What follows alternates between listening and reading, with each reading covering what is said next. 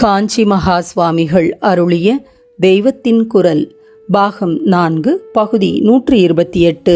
8ஆம் நூற்றாண்டில் கடிகாஸ்தானம் பற்றி உள்ள இன்னொரு கல்வெட்டு 8ஆம் நூற்றாண்டிலும் அது சீர் சிறப்புடன் இருந்ததை காட்டுகிறது. சவுத் இண்டியன் இன்ஸ்கிரிப்ஷன்ஸ் 4வது வால்யூமில் பிரசுரமாகியுள்ள கல்வெட்டு. இந்த கல்வெட்டு காஞ்சிபுரம் வைகுண்ட பெருமாள் கோயிலில் இருப்பது. ஒரு சமயம் பல்லவர்களில் சிம்மாசனம் ஏறிய மத்திய பிரிவினரின் வம்சம் சந்ததி இல்லாமல் முடிந்து போய்விட்டது. காஞ்சிபுரத்தில் ராஜா இல்லாமல் அராஜகம் ஏற்பட்டுவிட இருந்தது. அப்போது கிளை வம்சத்தில் ஹிரண்யவர்மா என்று ஒரு குறுநில மன்னன் இருந்தான். காஞ்சிபுரத்தின் பிரமுகர்கள் ஒன்று சேர்ந்து அவனிடம் போய் அவனுடைய பிள்ளை பரமேஸ்வரவர்மாவை காஞ்சியில் பட்டாபிஷேகம் செய்து கொண்டு ராஜாவாக இருப்பதற்கு அனுப்பி வைக்க வேண்டுமென்று விஞ்ஞாபித்து கொண்டார்கள். அவன் அப்படியே அனுப்பி வைத்தான்.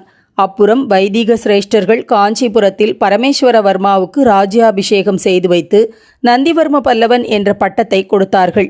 இதை சொல்லும் அந்த கல்வெட்டு முதலில் ஹிரண்யவர்மாவிடம் தூது போன பிரமுகர் கோஷ்டி, பிற்பாடு பரமேஸ்வரவர்மாவுக்கு பட்டாபிஷேகம் செய்த வேத பிரமாண கோஷ்டி ஆகிய இரண்டிலுமே காஞ்சியில் இருந்த கடிகையின் ஆசிரியர்கள் இருந்ததாக சொல்கிறது.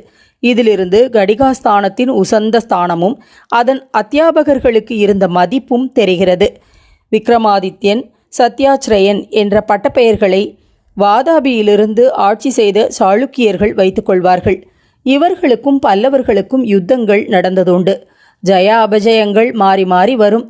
விக்ரமாதித்ய சத்யாச்ரயன் என்ற பெயருடைய ஒருவன் பண்ணிய தர்மத்தை பற்றிய கல்வெட்டு காஞ்சி கைலாசநாதர் கோயில் மகா மண்டபத்துக்கு மேற்கே உள்ள தூண் வரிசைகளில் வடக்கே உள்ள ஸ்தம்பத்தில் இருக்கிறது.